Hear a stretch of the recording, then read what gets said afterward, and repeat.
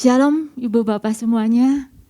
Saya percaya Ibu Bapak semuanya dalam keadaan baik, luar biasa, dan senantiasa dipelihara oleh Tuhan.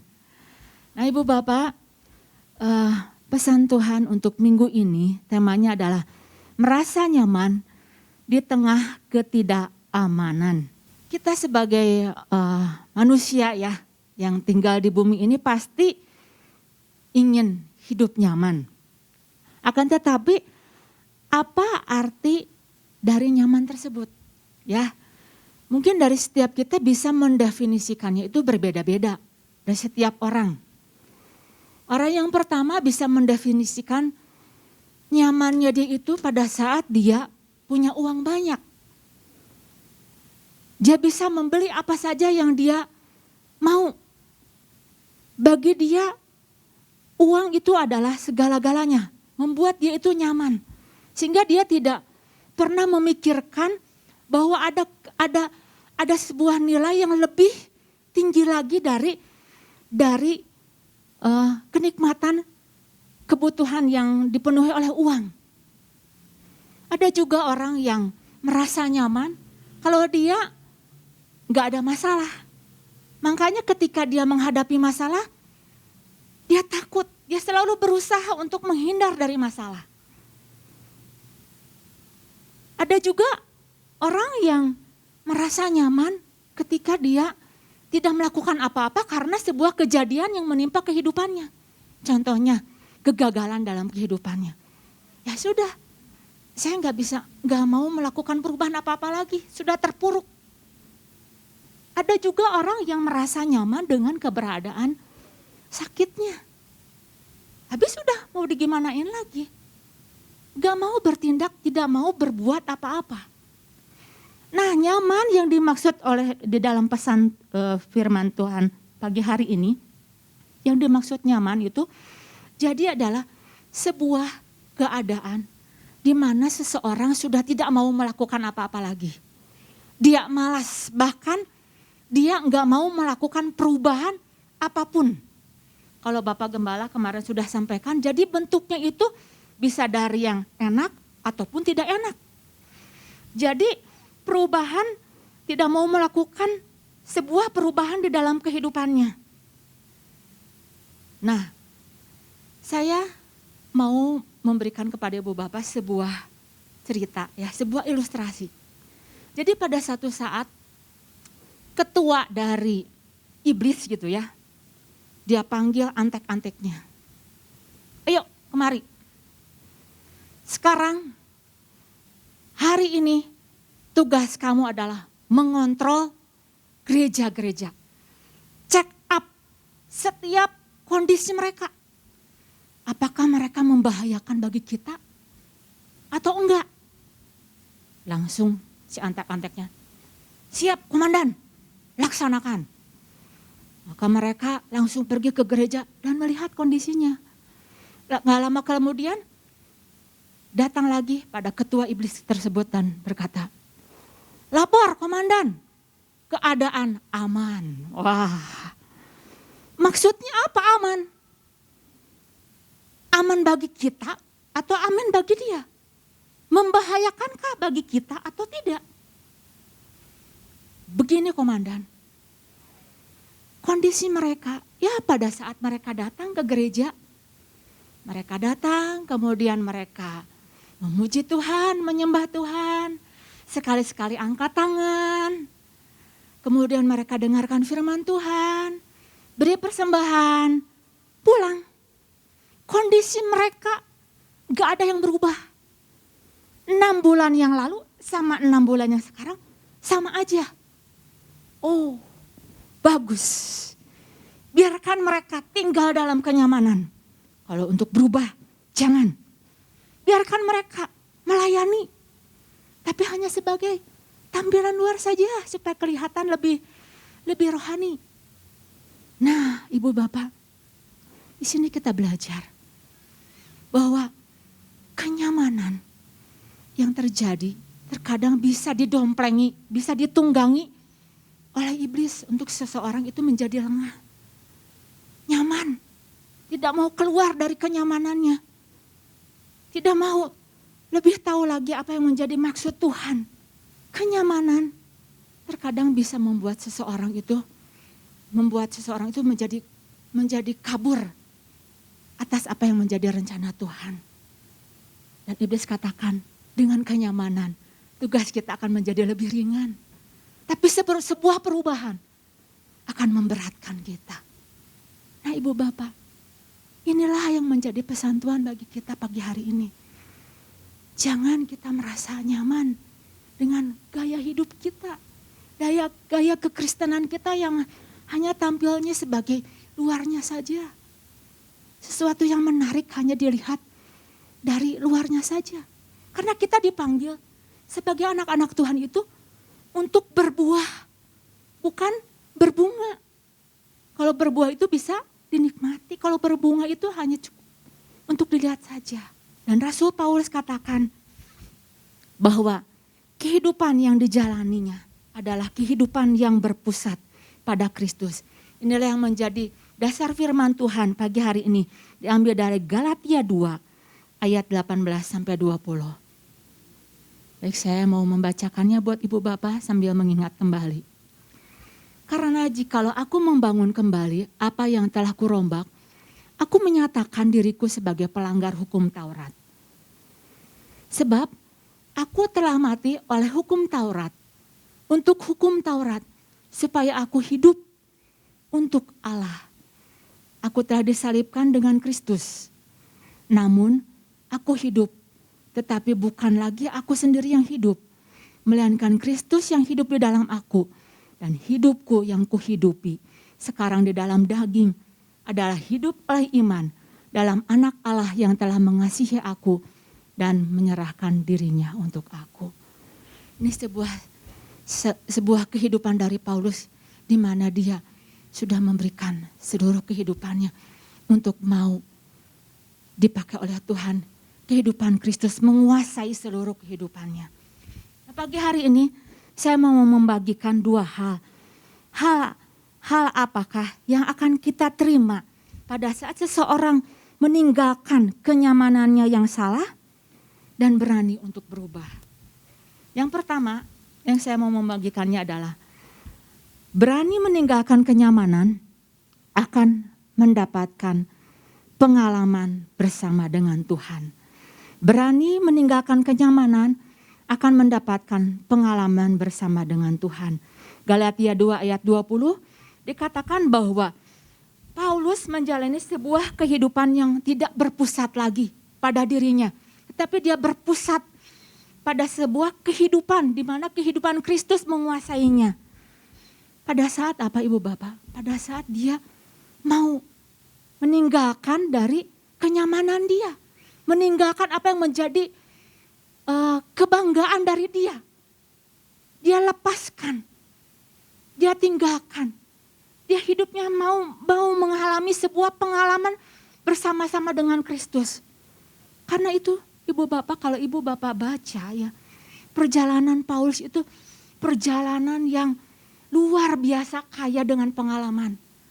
Pada saat dari awal dia berjumpa dengan Tuhan sampai akhir hidupnya, banyak sekali pengalaman-pengalaman indah bersama dengan Tuhan. Karena apa? Dia rela lepaskan dirinya. Dia rela melepaskan kehendaknya untuk mau mengikut apa yang menjadi keinginan Tuhan. Nah, pagi hari ini saya mau kita sama-sama belajar Ibu Bapak dari sebuah cerita tentang induk Raja Wali.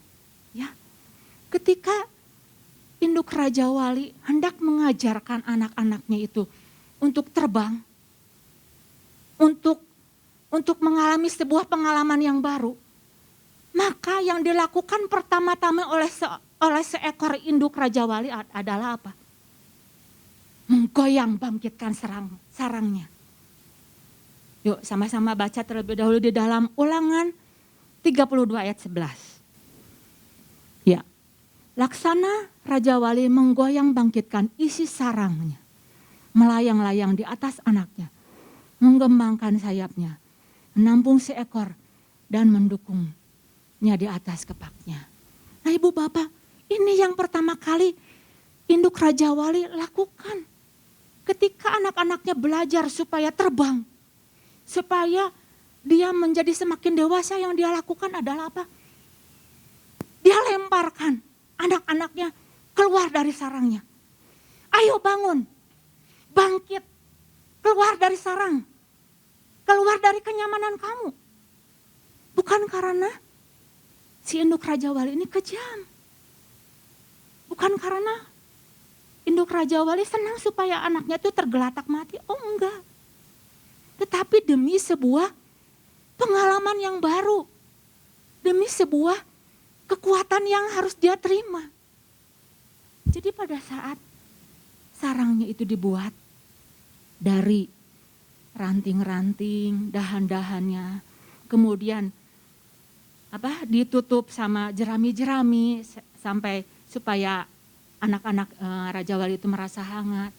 Bahkan suatu saat ketika si induk Raja Wali pergi mencari makanan, dia lepaskan bulu-bulunya supaya merasa nyaman.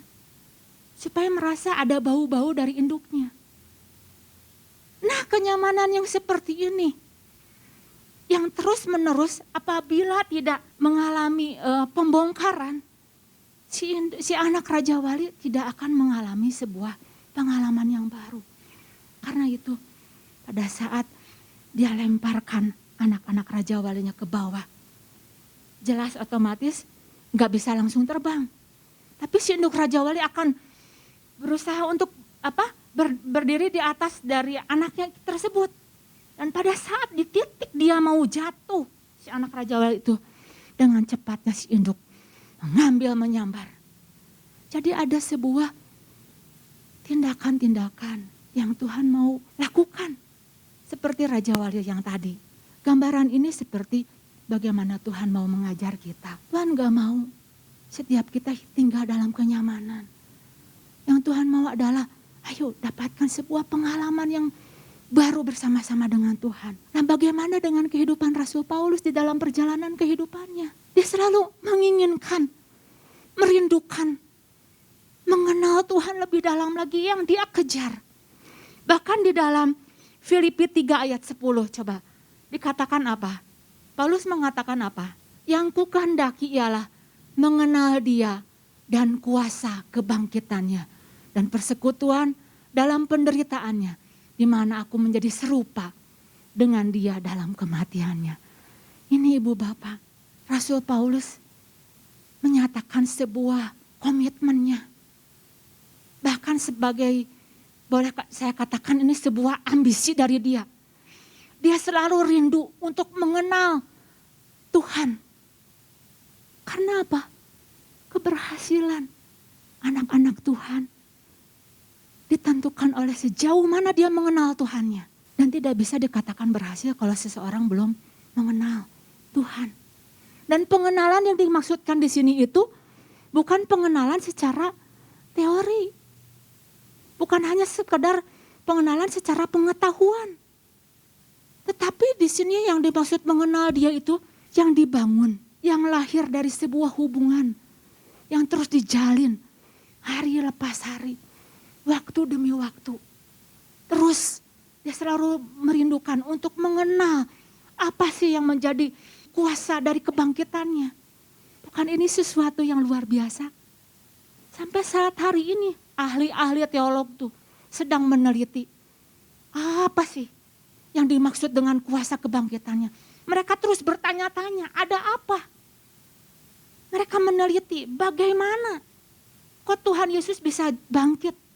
Caranya bagaimana? Sesuatu yang gak masuk akal. Mereka terus mencari. Nah, ibu bapak, saat-saat hari ini kita tentu banyak menghadapi situasi, keadaan, tantangan, pergumulan atau permasalahan. Bagaimana cara melawannya? Apakah dengan kita tinggal nyaman? Tidak mau melakukan sesuatu apa-apa? Tidak mau mengejar apa-apa? Mari ibu bapak, kita membutuhkan roh yang lebih besar untuk mengatasi apapun yang diperhadapkan kepada kita. Dunia gak butuh teori. Ketika kita berhadapan dengan seseorang yang punya masalah, gak butuh yang namanya teori. Mereka butuh apa? Mereka butuh kesaksian, pengalaman kita bersama-sama dengan Tuhan. Itu yang jauh lebih menghidupkan daripada hanya sekedar kata-kata biasa.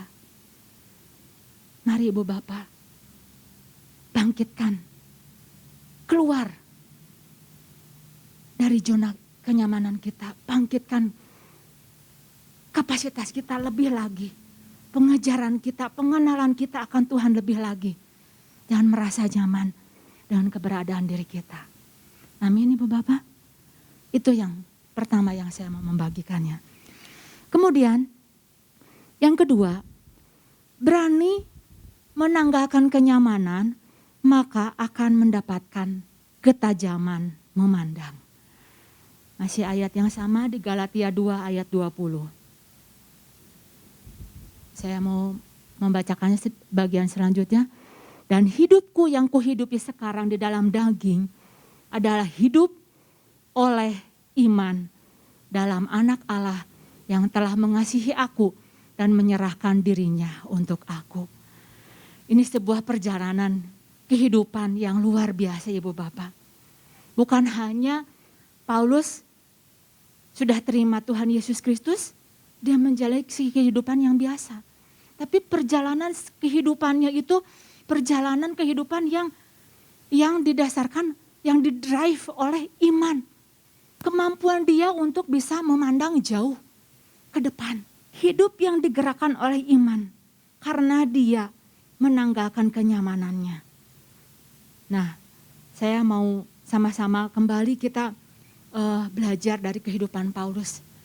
Ketika Paulus diberikan kemampuan, diberikan roh yang terus mau berfokus pada Tuhan, maka Tuhan pakai Paulus menjadi orang yang menggoncangkan dunia. Oleh pemberitaan Injilnya, oleh tugas-tugas yang dia lakukan. Ketajaman diperlukan Ibu Bapak. Dan ketajaman tidak bisa muncul dari kenyamanan. Enggak bisa. Untuk kita menjadi seorang prajurit yang memandang jauh ke depan, butuh ketajaman. Untuk kita menjadi alat yang berfungsi, butuh ketajaman. Bahkan Yesaya dia berkata bahwa Tuhan menjadikan mulutku seperti pedang yang tajam. Jadi ketajaman itu diperlukan. Kita sebagai prajurit-prajurit. Karena itu akan memperlengkapi kita. Ketika Raja Wali tahu bahwa dia memiliki sebuah keunggulan dari matanya, maka dia akan terbang semakin tinggi. Karena itu merupakan sebuah keuntungan bagi Raja Wali. Dia akan naik terbang dan melihat, di dalam ketinggiannya dia dapat melihat mangsanya. Kalau ular hanya bisa memakan ayam atau bebek. Tetapi Raja Wali dengan ketajaman dari ketinggiannya, dia sanggup memangsa ular sekalipun. Itu keunggulan, kelebihan dari Raja Wali. Dan dia pakai ketajaman itu. Bahkan dikatakan bahwa Raja Wali adalah top predator. Jadi dia tertinggi, dia punya kemampuan. Kita belajar dari sini Ibu Bapak, kehidupan yang sudah tidak dikendalikan lagi oleh keadaan. Tetapi Raja Wali menguasai keadaan. Belajar sebuah spirit yang luar biasa Ibu Bapak. Bahkan ketika Raja Wali melihat badai, dia bukan menjadikan badai itu sebuah masalah. Karena dia memandang dari ketinggian, dari cara yang berbeda. Mungkin anak ayam akan ketakutan, akan bersembunyi. Tetapi Raja Wali akan memandang dengan tajamnya. Oh, ini sebuah kesempatan untuk mengepakkan sayapnya. Inilah Ibu Bapak, sebuah keistimewaan yang Tuhan berikan kepada kita sebagai anak-anak Tuhan. Kemampuan kita untuk melihat jauh ke depan. yang gak bisa orang lain, orang banyak itu bisa melihat. Kita bisa diberikan kemampuan untuk melihat jauh ke depan apa yang Tuhan mau kerjakan di dalam kehidupan kita. Asalkan apa? Asalkan kita mau belajar. Asalkan kita mau terus mengalami perubahan di dalam kehidupan kita. Mari Ibu Bapak, lewat pesan Tuhan pagi hari ini ketika kita menyadari bahwa kita harus meninggalkan kenyamanan, maka kita akan mendapatkan cara pandang yang berbeda. Dan dari mana?